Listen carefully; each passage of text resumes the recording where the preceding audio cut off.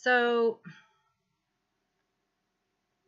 how do I start? So I'm just been messing around all morning, um, and feeling all this anxiety, and I know what's going on. So I just want to talk to you guys. Um, well, and it's because I want to talk to you guys. So, but it's more than that. It's because it has to do with not doing what God intends for you to do, or God wants you to be doing. I think we're all aware that sometimes what you're doing is what everyone around you wants you to be doing, and is telling you that that's the right thing to be doing. But it's not, right? And it's my belief that you'll get anxiety. You'll get anxiety about what it is that God is. Okay. So you're doing something that everyone is telling you is right, but you know it's not. Just because God's telling you not to be there. You're in the wrong place, you're doing the wrong thing, maybe you're wasting your time. So that's what I'm trying to get at. So, and I just want to talk a little bit deeper about that.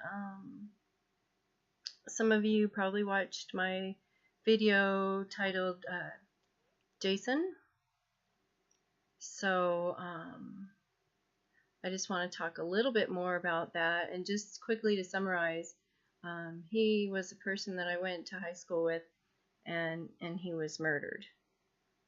And then after he was killed, I had a dream about him and a message that he wanted me to give to his mother. Some things he wanted me to tell her. So I actually didn't. I was worried that she would think that I was crazy. I only told my ex-husband about this dream. I didn't tell anybody else because he was accepting. He knew that I had these dreams because of me like shooting up out of bed, sometimes profusely sweating or shaking, just different things going on with me while I'm asleep. And then I would wake up right away and just tell him what I dreamt usually. But I didn't tell Jason's mother what he said, even though it was clear to me that this was like a supernatural experience. Like there was no way that I could have known that he was killed. Well, okay, I'll correct that. I could have known. It was in the paper that day, and it's just my word to say that I did not see the paper that day and I didn't know about it. So I can't prove it. It's just my testimony. Like I said before, I keep talking about this. A lot of us, all we have is our testimony. And I'll get back to that too. So I didn't give Jason's mom his message, and I I'm cleaning the house one day. I come down the hallway. I come into my bedroom, and on the TV I see his face on the TV. So there was an episode of Snapped.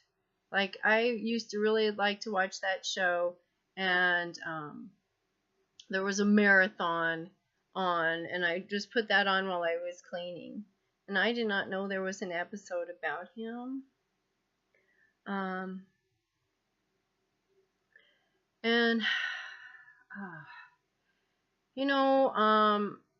I've been going for many years, a long time at this point, with knowing that he wanted me to tell his give his mother this message, and and just knowing this and not doing it because I was afraid that she would think that I was crazy. And I didn't even know her, so looking back, it's like, who cares if she thought I was crazy, as long as I did the right thing. But I'll tell you what happened to make me realize that it doesn't matter what the person thinks or what the people around you think. You have to do what God wants you to do. So what happened when I saw his face on the TV was this like moment of, you want to say like fear of God? It's like, it's terror. It's terror. It's like, say you're bebopping along and you're having a great day and everything's going fine and you have no reason to expect any danger, and for some reason you don't notice like you're about to step off a cliff until your left foot goes off the cliff and your right foot starts sliding in the sand. That's your moment of terror, right? That's your fear of God. That's your, I'm about to make an unalterable decision that's going to spell my death, and I'm just going to go like bouncing off the rocks and the trees and blood and breakage and guts and splash into the river 500 feet below you. I mean, that's the kind of terror. That's the kind of terror. Why did I feel that kind of terror? Because I knew what I was supposed to do, and I wasn't doing it. And I was procrastinating, and I was doing that for years. Like I would think about this dream I had. I talked about this before. Like, I was compelled to repeat these dreams that I have, go over them in my head every day, because I knew that I was going to have to tell them to somebody someday, and I didn't know why, and I didn't want to even accept it, but I still did it, and that was the most obvious one of what I was supposed to be doing and who I was supposed to tell there. So, how does that tie into anxiety?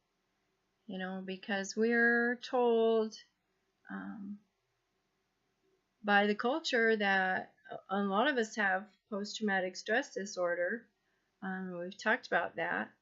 And a lot of us do have anxiety. And I've been to several therapists, and they all say the same thing, that anxiety, when you have post-traumatic stress disorder especially, that it's tied into these triggers and these things that remind you of the bad things that happened to you, and so you have anxiety. So, I stopped going to therapists because I noticed after a while, well, one of the things is they always try to push all these drugs on you, and I don't want that. I would never have accepted to take them, I really resisted that, and I would just go to a different therapist if they just kept pushing it. So,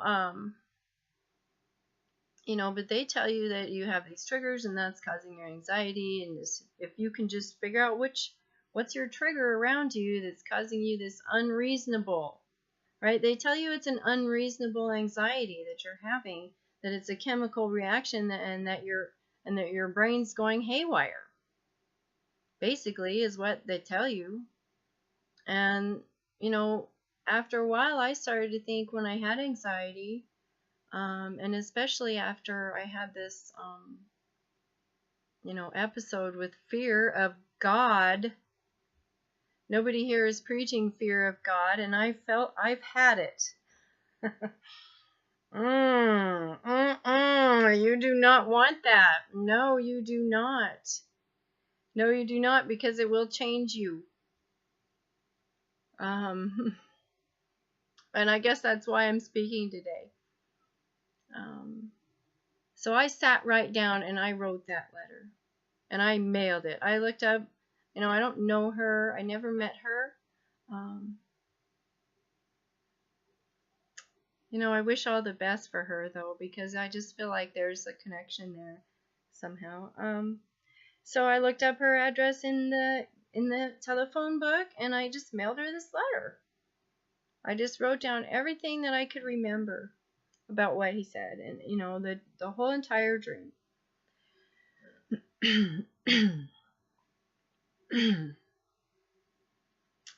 So, after I stopped going to these therapists, the reason why I did is because I would have this anxiety, and I would look around me and I would try so hard to find the trigger. Sometimes there is a trigger. I'm not saying that's not a real thing.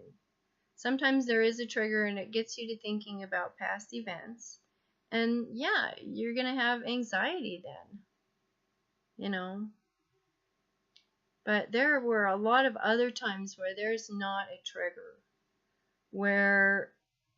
And I believe now that I'm feeling anxiety because some part of me knows that I'm not doing what God wants me to do, even if it seems like a really mundane thing.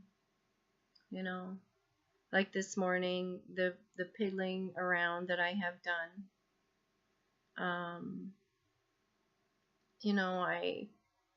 I like to mess around with graphics, so I got a picture of North and South America, and I was trying to trying to get it lined up and trying to get it, more to like what I remember it. And I spent like an hour and a half, and then it's like, what am I doing?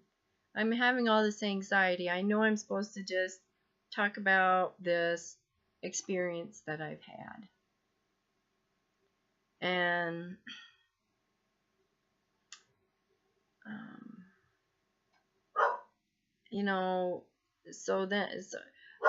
but you'll be distracted by things like that, and you'll continue to be distracted.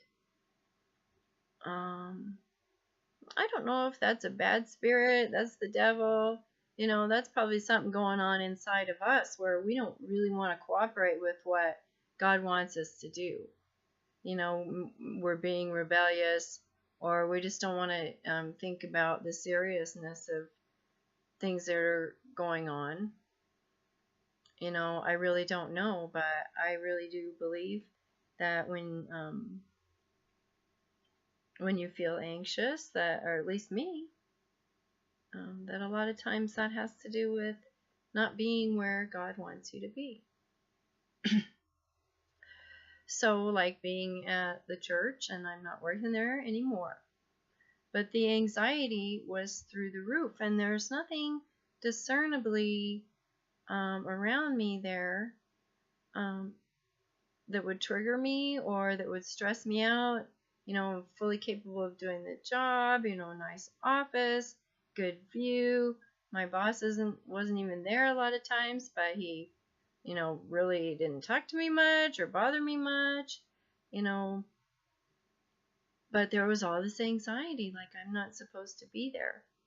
And it wasn't because of the Bible changes going on while I'm there working, or even because of the big wood carving painting they have of this huge wood carving of the Last Supper that used to have these little wooden goblets and teeny little grapes and food on the table. Goblets, they used to call it a grail that you would drink from. It was like really sturdy.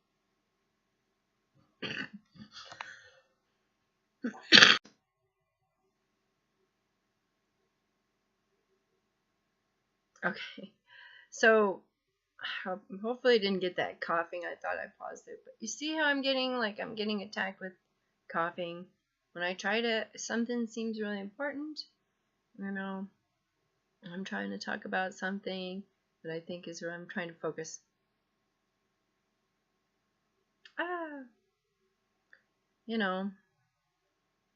So just, I'm just saying, I'm just relating my experience. I really do believe, for me at least, that when I'm really anxious and I'm in the wrong place and I can't figure out why, that it has to do with the fear of God, right?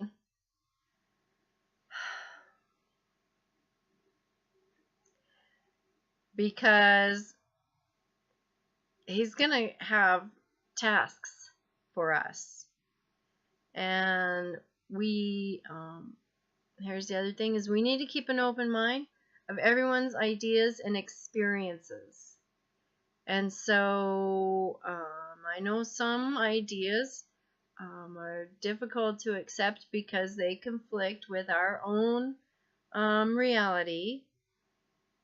But come on, you guys, we're all Mandela affected, and we're all aware that we all come from different realities, literally, culturally, in all ways. So, so let's be accepting of each other's ideas, and don't be afraid. Don't be afraid of anything around you. Don't be afraid of anything around you. The only thing you need to fear is God, and not doing what God wants you to do. And you know what God wants you to do. So I love you guys. God bless you. Have a great Saturday, and I will talk to you again later.